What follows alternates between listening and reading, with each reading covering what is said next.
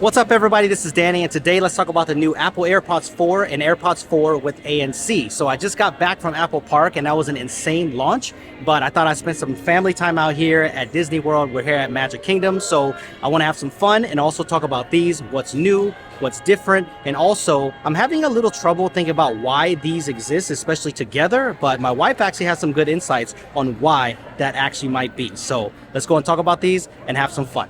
Let's go.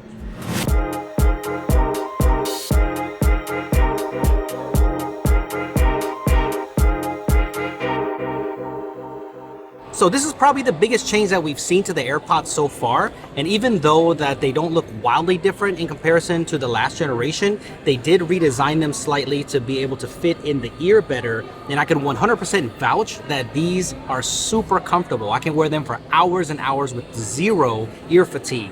And even though I can fit the AirPods Pro 2 perfectly, so I don't have those issues at all, when I'm on a plane and I start listening to them for about 3 hours or so, I can start to feel them in my ear. So when it comes to comfort, these, you really can't beat them. And look at how small this case is in comparison to the older generation. That means this can fit into a smaller bag better. So I think the overall redesign is a win.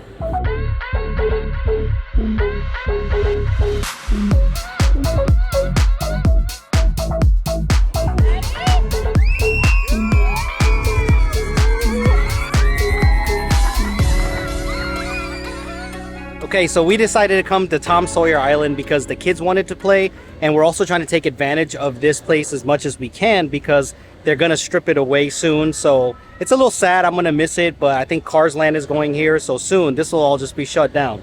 All right, I think I got a little time before the boat takes off back there, but what do you miss out on if you just buy the standard AirPods Pro 4 and not the ANC versions? So the good thing is they both have the H2 chip, so you're gonna get the same level of processing that you'll get on the more expensive AirPods Pros 2, which is nice. So you'll get spatial audio, Siri interactions, the Force sensor on each stalk to pause and play music, and to trigger Siri. The one thing that I am bummed out about with the Force sensor is there's no volume control on these. That's limited to the AirPods Pros 2, so I wish that they had that on these. There is a feature where you can just nod your head yes or shake your head no, let's say when you get a phone call, to accept or decline a call, or if you want to engage or dismiss a notification. Now, I'm not sure if I would use that personally, but I'm sure there's some use cases that you can use that cool feature on. You get the same 5 hours of battery life on a single charge, and with the case, you get 30 hours of music playback, and with the ANC version, you get 20 hours of music playback. They both have USB-C charging with Find My support and the same IP54 dust, sweat, and water resistance. Where you first see the difference in the case is that you see a speaker on the ANC version, so you can play a sound to find the case with Find My, and the ANC's version of the case has wireless charging also with Apple Watch chargers, so that is great.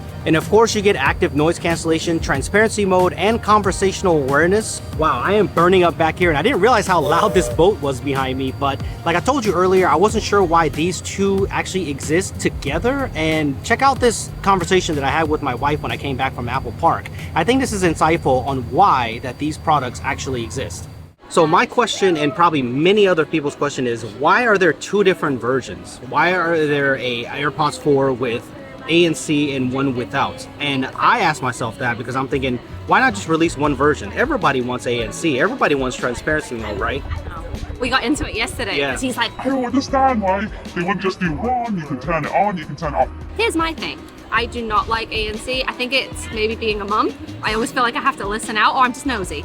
I don't mind hearing a little bit of background noise. Also, it just makes my ears feel a bit funny when I have it on. It's just, I know, I must have funny ears. Like I told him, if I'm never going to use it and there's a cheaper option, I'm gonna go for the cheaper option because I'm never gonna use it. That's the honest truth. I'm not.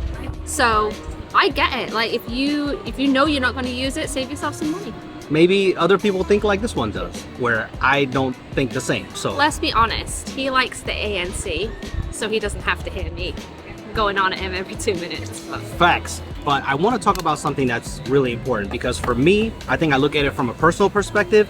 I'm like, why would you even buy these if the AirPods Pro exist? Because of the fact that the price isn't really that crazy in between them. Some people cannot have the AirPods Pro fit in their ear. So my problem with it is, whenever I put the AirPods Pro in my ears, it must just be the shape of my ears, they pop out. Like if I talk, they'll pop out, or they just randomly pop out of my ear. Plus, I don't find them comfortable personally. When I gave her the Pros, she just said, I can't fit these. I just don't like the way Even with the smallest tip, it just doesn't work for me. So.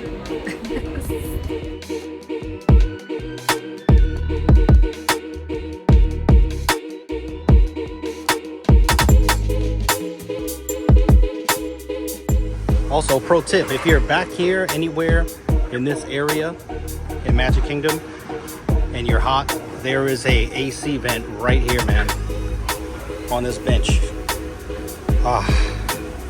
It's a good way to cool off. Okay, so let's get to what you want to know about, and that is the sound, the ANC, and the transparency mode. So we'll start with the sound quality first.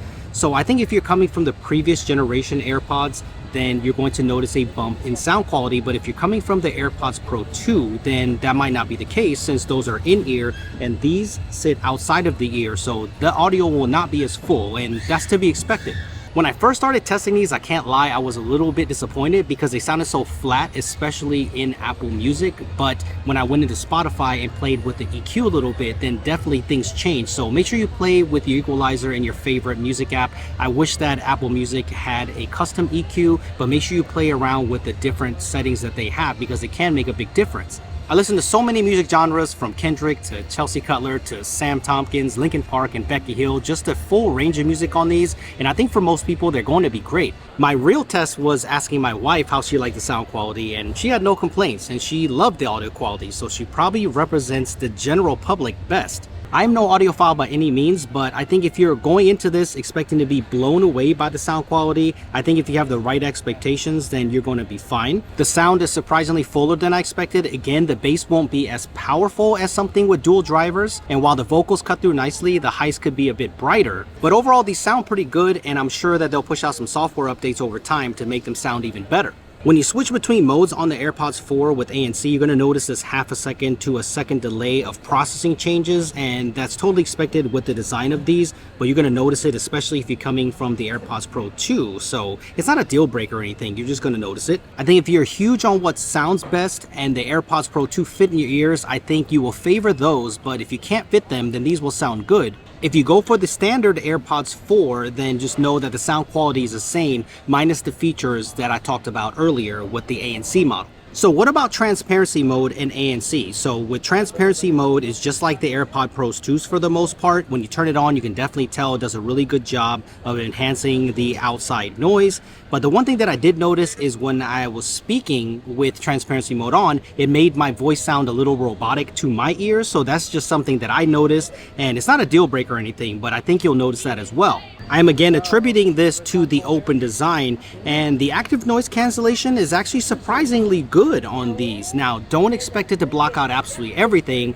I would say you're going to block out about 60 to 70% of what's going on out there. Apple states that this is more for environmental noise, like different frequencies, so when you're on an airplane, it should do really well there, or if you're ambient out here or in a coffee shop, you're still probably going to hear the loud music that they're playing, but it will definitely cut down the chatter, and that's without music playing. But I noticed if I had music playing with the ANC on, then I'm totally good. So the ANC is definitely a go on this. Just don't expect it to actually block out everything, but I think the ANC is still worth it. Now, if you are sensitive to active noise cancellation pressure in your ear, you will feel it a little bit, especially if you're not listening to music. There is a little bit of pressure inside of the ear, but it's nothing terrible whatsoever. It's nothing that I can't deal with. When music is playing, I don't feel it as much, but if I stop the music and if I turn it on and off, I can definitely feel a little bit of pressure inside of my ears. But I just want to let you know, because I know some people are sensitive to that.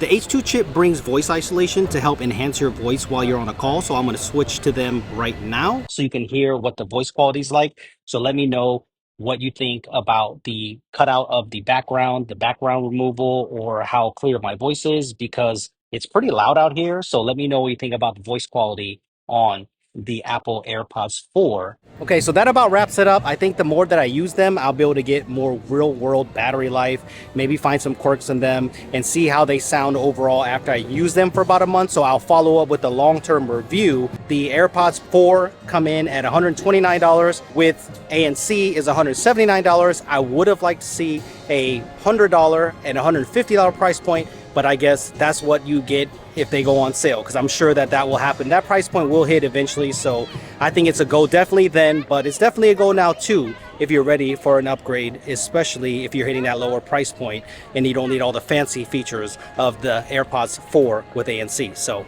right, let me know if you have any questions. Thumbs up if you enjoyed this, and I'll see you guys with the iPhone this week.